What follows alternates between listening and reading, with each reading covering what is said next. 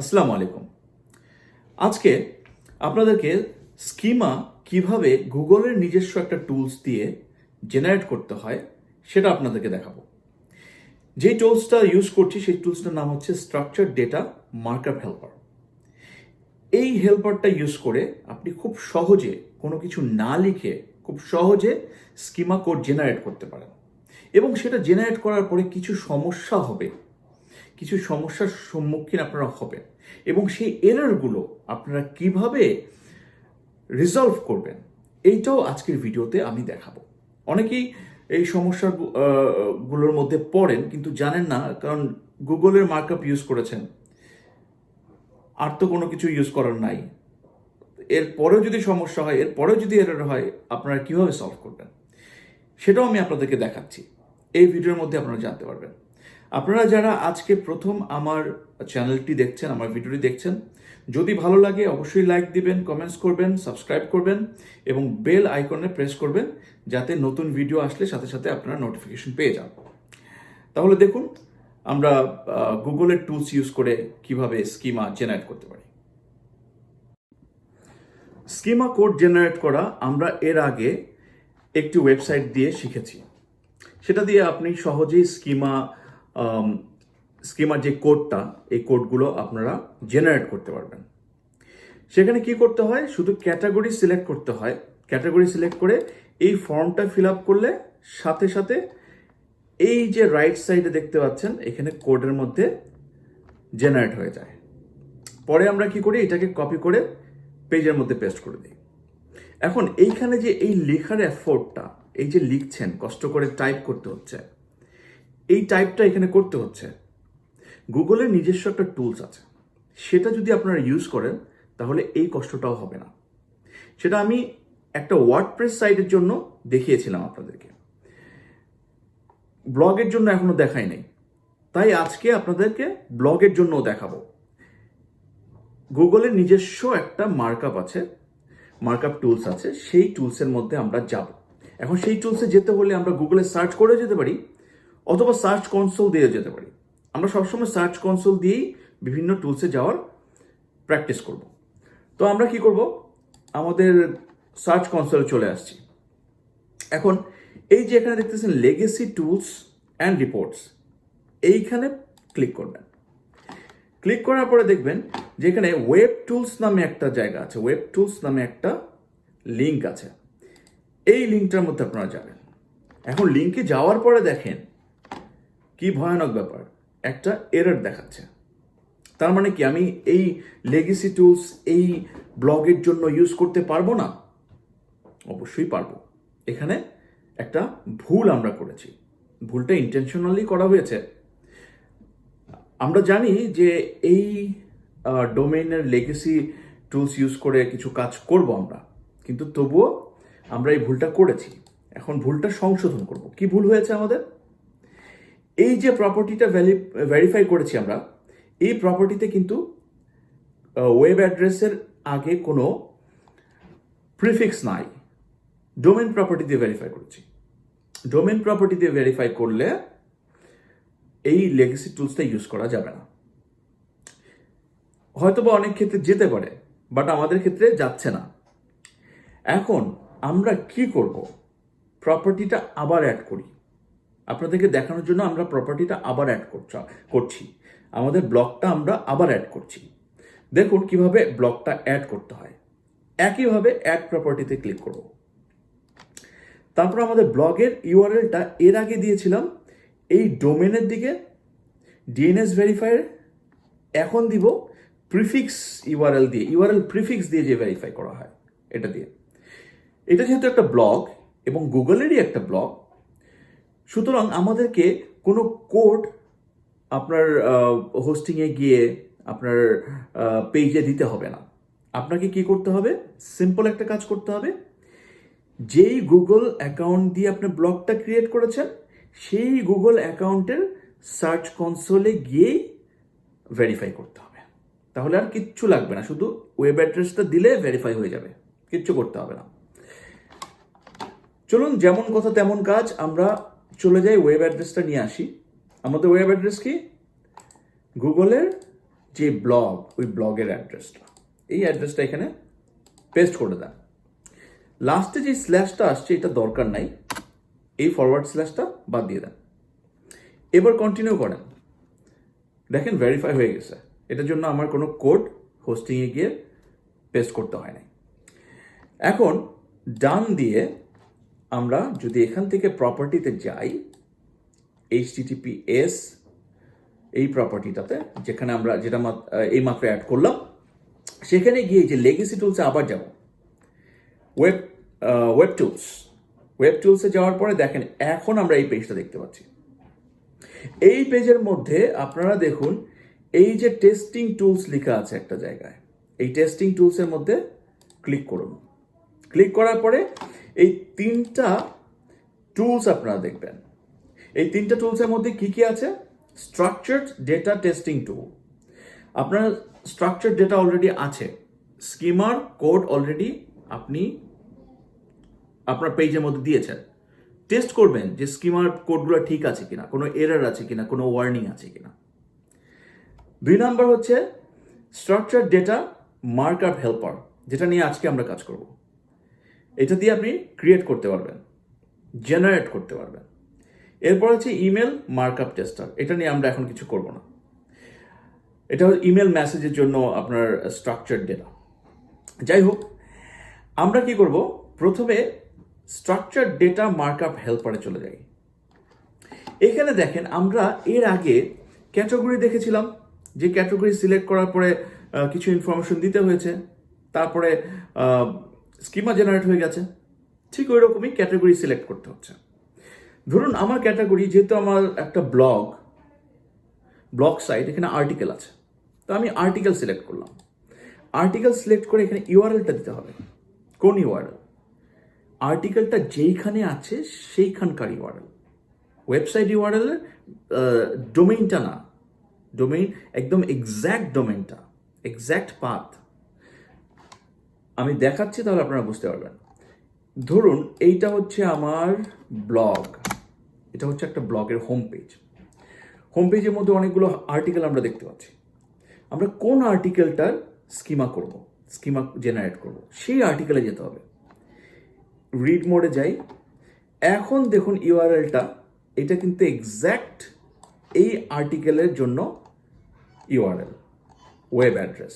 এই সম্পূর্ণ ওয়েব অ্যাড্রেসটা আমরা কপি করব। কপি করে কোথায় নিয়ে যাব?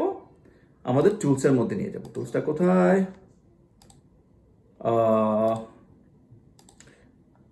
আমাদের টুলসটা হচ্ছে এইখানে, সরি হারিয়ে ফেলেছিলাম। যাই হোক, এই টুলসের মধ্যে এই ইউআরএল এর সেকশনে আমরা পেস্ট করে দিব। দেখুন সম্পূর্ণ ইউআরএলটা এখানে পেস্ট হয়েছে। আপনাদেরকে একটু ম্যাগনিফাই করে দেখাচ্ছি। এই হচ্ছে আপনার ডোমেইনের অ্যাড্রেসটা, আপনার ব্লগের ইউআরএলটা। এরপরে দেখছেন স্কিমা, এই যে schema, what is a schema .html, এইটা হচ্ছে আমাদের আর্টিকেল। সম্পূর্ণ ইউআরএলটা এখানে পেস্ট করবেন। পেস্ট করে স্টার্ট টার্গেটিং দিলে যেই আর্টিকেলটা স্কিমা কোড আপনি জেনারেট করবেন, সেই আর্টিকেলটা এখানে এসে পড়ছে। এসে পড়ার পরে দেখেন এখানে রাইট সাইডে দেখেন নেম দিতে হবে, আর্টিকেলের নেম, এটা কি আর্টিকেল। এখন আমাদের নেম হচ্ছে স্কিমা কি, হোয়াট ইজ স্কিমা, এটা হচ্ছে আর্টিকেল।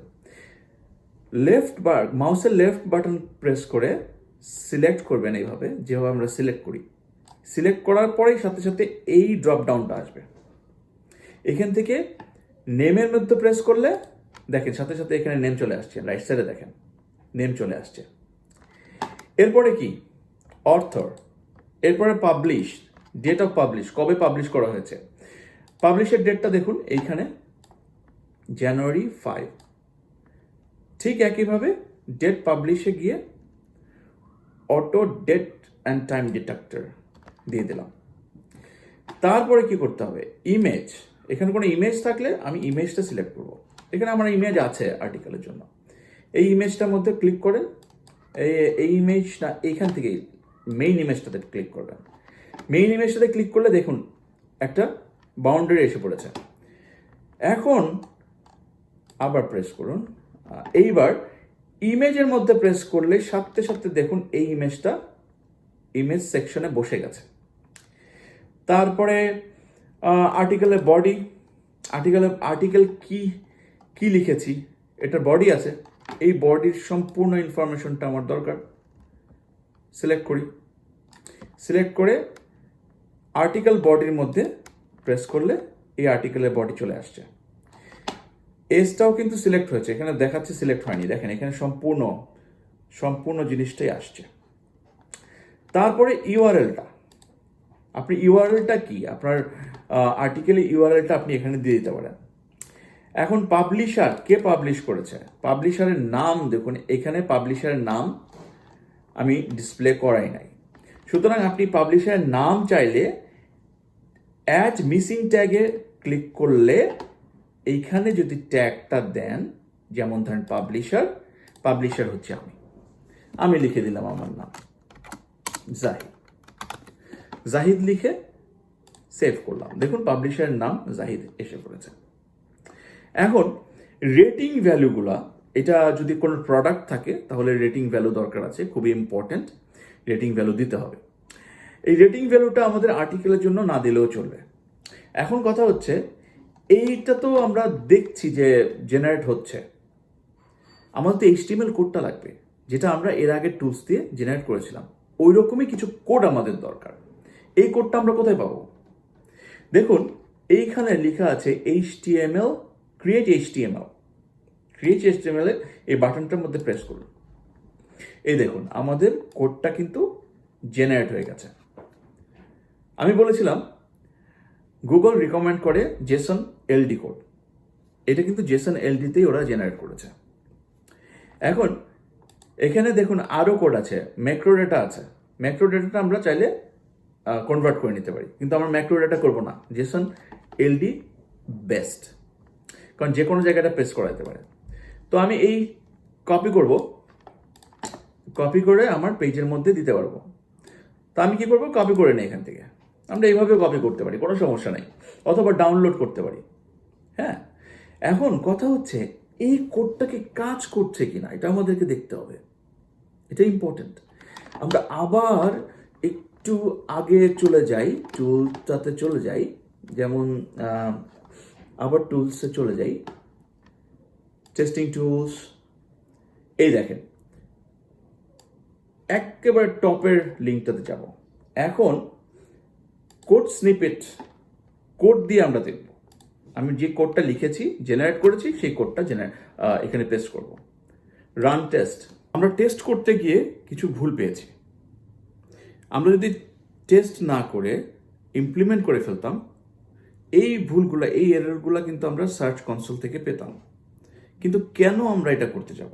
আমরা আগে দেখব কোনো ভুল আছে কিনা।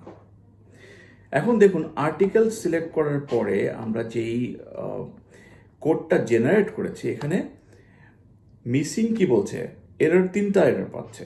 একটা হচ্ছে লোগো লাগবে, লোগোর লোকেশন লাগবে, অথরের ইনফরমেশন লাগবে, হেডলাইন লাগবে, এই তিনটা ইনফরমেশন। এখন আমরা এই তিনটা ইনফরমেশন দেখি এই স্ট্রাকচারের মধ্যে আছে কিনা। অথর আছে, আমি এখান থেকে সিলেক্ট করি নাই, এখানে নাই, আমি ডিসপ্লে করি নাই দেখে এখানে নাই। ডিসপ্লে করি নাই বলে যে আমরা দিতে পারবো না এরকম কোনো কথা নাই। আমরা কি করব, এখানে দেখেন অ্যাড মিসিং ট্যাগ, আমি একটু ম্যাগনিফাই করে দেখাচ্ছি। অ্যাড মিসিং ট্যাগ এখানে প্রেস করবেন, তারপরে দেখেন ড্রপ ডাউন থেকে সিলেক্ট করবেন অথর, আমি দিলাম জাহিদ, সেভ। এখন আমরা যদি আবার কোডটা নেই, এখান থেকে কোডটা নিয়ে আবার যদি ভেরিফাই করি, এখানে আবার পেস্ট করি, সম্পূর্ণ কপি পেস্ট করে, এই দেখেন একটা বাটনে প্রেস করলে ভেরিফাই করতে পারবেন। এখন কিন্তু দুইটা এরর, দুইটা কি, লোগো এবং হেডলাইন। এখন কথা হচ্ছে এই লোগো আর হেডলাইন কি এখানে আছে কিনা। আমরা আবার যদি ব্যাক টু ট্যাগিং এ যাই, এই দেখেন এখানে লোগোও নাই এবং হেডিং নামে কোনো কথা নাই। আর এখানে যদি ট্যাগটা না থাকে আপনি চাইলে অ্যাড করতে পারবেন। আপনাদেরকে একটা টুল দেখিয়েছিলাম এর আগে, একটা ওয়েবসাইট দেখিয়েছিলাম যেটা দিয়ে এই কোডগুলো জেনারেট করা যায়। এখন আপনাদের ওই টুলটা অথবা ওই ওয়েবসাইটটার সাহায্য নিতে হবে।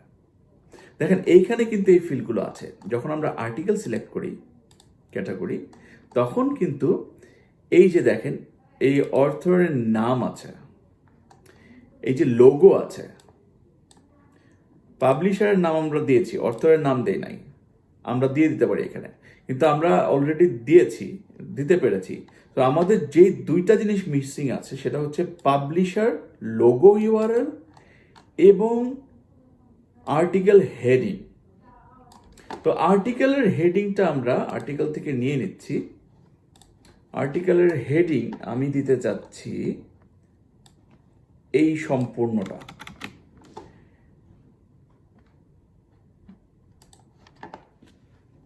আর্টিকেল হেডিং দেখেন এখানে দিবেন আর এদিকে চেঞ্জ হবে, রাইট সাইডে চেঞ্জ হবে। এই আর্টিকেল হেডিং দিয়ে দিলাম, আর্টিকেল হেডিং এসে পড়েছে। কোন টাইপের ভেতরে আসছে? আর্টিকেল টাইপের ভেতরে। সো আমরা এই কোডটা কপি করব। কপি করে আমার এখানে যেটা জেনারেট হয়েছে সেখানে যাব এবং টাইপ আর্টিকেল খুঁজব। এখানে দেখেন আর্টিকেল নেম আছে, নেমের পরপরই আমি চাইলে হেডলাইন দিতে পারি। নেমটাই হয়তো হেডলাইন হিসেবে আছে, তো আমি নেমও রাখলাম, হেডলাইনও রাখলাম। এবার আবার যদি ভ্যালিডেট করি, আরেকটা এরর কমলো। এখন একটা এরর, লোগো, আমার লোগো দরকার। লোগো কি করব? লোগো আমি আগে আবার ওই টুলসটার মধ্যে চলে যাই। এই টুলের মধ্যে গেলে এইখানে পাবলিশার লোগো ইউআরএল আছে।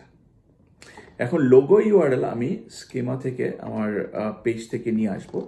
ধরুন এইটা আমরা লোগো ইউআরএল হিসেবে নিচ্ছি। এই লোকেশনটা আমরা কপি করব। কপি করে কোথায় পেস্ট করব? এই ফিল্ডের মধ্যে। দেখুন এখানে পেস্ট করলে এখানে অ্যাড হবে। পেস্ট করলাম, ঠিক যেখানে ইমেজ টাইপ আছে, লোগো আছে, সেইখানে এই ইউআরএলটা পেস্ট হয়ে গেছে। তো আমি কি করব, আবার একটু কোডটা দেখে আসি ওখানে কোনো টাইপ ম্যাচ করে কিনা। এখানে আমরা টাইপ ম্যাচ করাবো। অর্গানাইজেশন টাইপ, তা ইমেজ টাইপ, সরি টাইপ হচ্ছে ইমেজ টাইপ। ইমেজ টাইপটা আছে কিনা দেখুন, image type, image type, image type, image type. Image type যদি না থাকে তা আমরা অ্যাড করতে হবে। ইমেজ টাইপ আমি একটু সার্চ করে দেখছি আছে কিনা। না, ইমেজ টাইপ নাই। ইমেজ টাইপ শুধু ইমেজ এক জায়গায় লেখা আছে। তো ইমেজ টাইপ যেহেতু নাই, আমার কি করতে হবে? এই কোডটা অ্যাড করতে হবে। কোথা থেকে অ্যাড করব, কিভাবে অ্যাড করব? এই যে দেখুন পাবলিশারের ইনফরমেশন, এই পাবলিশারের সম্পূর্ণ ইনফরমেশনটা এখান থেকে আমি নিয়ে পেস্ট করতে পারি, অথবা এই পাবলিশারের ভেতরে লোগো, লোগো এই এতটুকু জায়গা, এই ব্র্যাকেট পর্যন্ত কপি করব। কপি করে কোথায় দিব? পাবলিশারের ভেতরে দেব। যেহেতু এখানে পাবলিশারের ভেতরে আছে, আমরা ওখানে পাবলিশারের ভেতরেই রাখবো। এইখানে দেখুন পাবলিশার কোথায়? এই যে পাবলিশার, এই পাবলিশারের ভেতরে নেমের পরে ঠিক এইভাবে দিয়ে দেব। এখন আবার একটু মিলিয়ে নিচ্ছি। নেমের পরে দিয়েছি, নেমের পরে কিন্তু একটা কমা আছে, কমাটা মিসিং। তো কমাও আমার দিতে হবে, এখানে কমা দিতে হবে একটা, দিলাম। এবার ভ্যালিডেট করে দেখি। দেখেন এখন কিন্তু আর কোনো এরর নাই, শুধু দুইটা ওয়ার্নিং। আপনাদের ওয়ার্নিং নিয়ে চিন্তাই করতে হবে না, এটা কিচ্ছু না, ওয়ার্নিংয়ে সমস্যা নেই, এতটুকু হইলেই হবে। এখন এই সম্পূর্ণ কোডটা কপি করেন। কপি করে কোথায় পেস্ট করবেন? ঠিক যেই পোস্টটা, যে আর্টিকেলটা নিয়ে আপনারা কাজ করছেন, যে আর্টিকেলে ইউআরএল নিয়েছেন, এইখানেই এই পেজের ভেতরেই কোডটা থাকতে হবে। তো তো আমরা ব্লগে চলে যাই, আবার যেখান থেকে আমরা ব্লগের অ্যাডমিনে চলে যাই, তারপরে পোস্টে যাই। পোস্টে গিয়ে দেখেন এই পোস্টটার ভেতরে, এই পোস্টটাতে আমরা ক্লিক করি। এখন দেখেন কোড আকারে আমি দেখতে পাচ্ছি পোস্টটা। আপনারা অনেক সময় এরকম কম্পোজ ভিউ দেখতে পারেন, লিখবেন কোড জেনারেট হয়ে যাবে, কিন্তু আমি চাই হচ্ছে কোড ভিউয়ে দেখতে। কি করবেন, আমি ম্যাগনিফাইং গ্লাস দিয়ে দেখাচ্ছি। লেফট সাইডে দেখেন এরকম কলমের মতো একটা জায়গা, এখানে একটা ড্রপ ডাউন আছে। এই ড্রপ ডাউনে প্রেস করে HTML ভিউ, তখন এই পেজটা আপনারা পাবেন। এই পেজটাতে একেবারে টপে গিয়ে আপনার কোডটা পেস্ট করে দেন। আমি আপনাদেরকে বলেছিলাম জেসন এলডি যে কোডটা, স্ক্রিপ্টটা জেনারেট হবে, এই স্ক্রিপ্টটা আপনি যে কোনো জায়গায় পেজে যে কোনো জায়গায় পেস্ট করতে পারেন। এতে কোনো প্রবলেম হবে না, কোনো এরর দিবে না। আমরা একেবারে প্রথমে পোস্টের প্রথমে পেস্ট করে দিলাম। এখন যদি আমরা অন্য ভিউয়ে গিয়ে পেস্ট করি তাহলে কিন্তু হবে না, এই কোড ভিউয়ের মধ্যেই পেস্ট করতে হবে।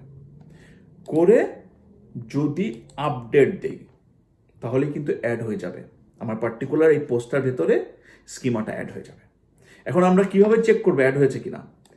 এই হচ্ছে আমার পোস্টটা, আর্টিকেলটাতে আমি আবার রিফ্রেশ করি। রিফ্রেশ দিয়ে এখন যদি আমরা কোড দেখি, রাইট বাটন ক্লিক করে ভিউ পেজ সোর্সে যদি আপনারা যান, তাহলে আপনারা দেখবেন এই কোডটা। দেখেন এখানে কিন্তু একটা কোড আমরা আগে অ্যাড করেছিলাম, আগের টিউটোরিয়ালে জেনারেট করে অ্যাড করেছিলাম। এখন আমাদের আরেকটা কোড কিন্তু এখানে থাকার কথা। আমরা দেখি, একটু আবার রিফ্রেশ দিই।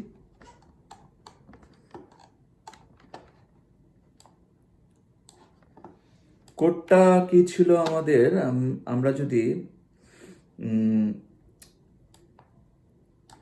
এই যে এই অ্যাপ্লিকেশন /LD জেসন এটা দিয়ে সার্চ করি, তাহলে আমরা পাবো কতগুলা স্কিমা আছে এখানে। তো আমরা এইটা দিয়ে সার্চ করলাম, দেখেন এইখানে অ্যাড হয়েছে, এই জেসন LD কোডটা অ্যাড হয়ে গেছে। তার মানে এই পেজটা এখন স্ট্রাকচার্ড ডেটা আছে, এই কোড আছে। এখন যেটাকে বলে রিচ রেজাল্ট গুগলে, এখন আমার এই পেজটা রিচ রেজাল্টে ক্যাটাগরিতে পড়ে যাচ্ছে। গুগলে ইন্ডেক্স যখন হবে পেজটা, সুন্দর মতো এক সাইডে ছবি আসবে, তারপর আমরা যে ইনফরমেশন আর্টিকেলে যে ইনফরমেশন যেভাবে দিয়েছি ওইভাবে আসবে। কিন্তু হ্যাঁ, এখানে একটা কথা আছে, এটা কিন্তু গ্যারান্টি না, এটা গ্যারান্টেড রেজাল্ট না আসলে আপনি বলতে পারেন না যে আপনার ভুল। এটা গুগলের ব্যাপার, আপনি এক্স্যাক্ট নিয়ম মেনে করবেন। করার পরে যদি না হয় তাহলে এটা আপনার ব্যাপার না। আপনি ইমপ্লিমেন্ট করে দিলেন, এটার মধ্যে কোনো ভুল নাই, এটা ক্লায়েন্টকে দেখাবেন, ক্লায়েন্টকে স্ক্রিনশট দিয়ে পাঠিয়ে দিবেন যে দেখো আমি মার্কআপটা অ্যাড করেছি, এখানে স্কিমাটা অ্যাড করেছি, এই স্কিমার মধ্যে কোনো এরর নাই, এবং এই স্কিমাটা সহ কোডটা ইন্ডেক্স হয়েছে, এবং ইন্ডেক্স হওয়ার পরে শো করছে না, একটু সময় দাও, শো করলে করতে পারে। এটা গুগলের উপর ডিপেন্ড করতেছে, গুগল কি তোমার রিচ টেক্সটটা শো করবে কিনা, স্ট্রাকচার্ড ডেটাটা শো করবে কিনা, এটা সম্পূর্ণ গুগলের উপরে। তবে বেশিরভাগ ক্ষেত্রেই হয়ে যায়, কোনো প্রবলেম হয় না। কিন্তু মিনিমাম ক্ষেত্রে যদি কোনো প্রবলেম হয় তাহলে ওয়ার্নিংগুলো একটু ভ্যালিডেট করবেন, কি ওয়ার্নিং আছে, আর একটু ইনফরমেশন দিবেন, দিয়ে দেখবেন যে কোনো একটা সময় সুন্দর মতো ডিসপ্লে করছে ইন্ডেক্সের মধ্যে। যাই হোক, আজকে এই ভিডিওটা আমি একমাত্র বানালাম কারণ এর আগে স্কিমার এই সেক্টরটা নিয়ে আমি দেখিয়েছিলাম, স্কিমা কিভাবে গুগলের মার্কআপ ইউজ করে, গুগলের টুলস ইউজ করে খুব সহজে করা যায়, কিন্তু ওইটা ওয়ার্ডপ্রেসের জন্য দেখিয়েছিলাম। এখন আমি সম্পূর্ণটা দেখালাম, একটা পোস্ট কিভাবে করবেন, একটা ব্লগের জন্য কিভাবে করবেন। আশা করি আপনাদের বুঝতে কোনো সমস্যা হয় নাই। আর পরবর্তী ভিডিও পর্যন্ত ভালো থাকবেন। ধন্যবাদ।